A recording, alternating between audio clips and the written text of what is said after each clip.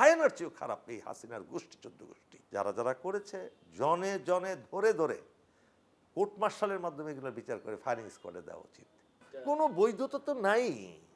আপনি বলেন মানুষ মারা কি বৈধ? আপনি মারতে পারেন, আপনি আমাকে মারতে পারেন, সরকার ইচ্ছা করলে কাউকে মারতে পারে।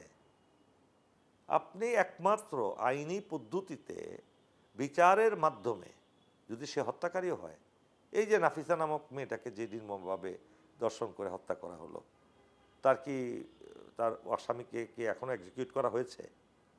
একদম দিন আলোকের মতো পরিষ্কার যে সেইটা করেছে এবং এই অন্যায়ভাবে মেয়েটাকে টুকরা টুকরা করে মেরেছে সে। তাকে বিচারিক প্রক্রিয়া হয়ে গেছে, তারপরে আবার সে আপিল করেছে। মারতে পারেন আপনি? তাহলে যদি এইটা না মারা যায়, তাহলে আপনি কোন মানুষকে কীভাবে মারতে পারেন? কিভাবে? হেলিকপ্টার দিয়ে গুলি করে মেরেছে।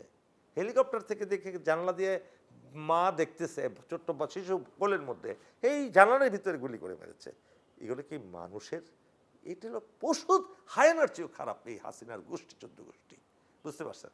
একটা লোক পেলাম না আজ পর্যন্ত সরি বলে। তাহলে এগুলি মানুষ ব্যবহার করতে পারে না, অস্ত্র ব্যবহার করতে পারে না সম্পূর্ণ। এটার জন্য তাদের পানিশমেন্ট হওয়া উচিত। যারা যারা করেছে, জনে জনে ধরে ধরে কোর্ট মার্শালের মাধ্যমে এগুলো বিচার করে ফায়ারিং স্কোয়াডে দেওয়া উচিত।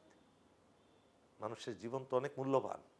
আপনাকে কে অধিকার দিল হত্যা করার?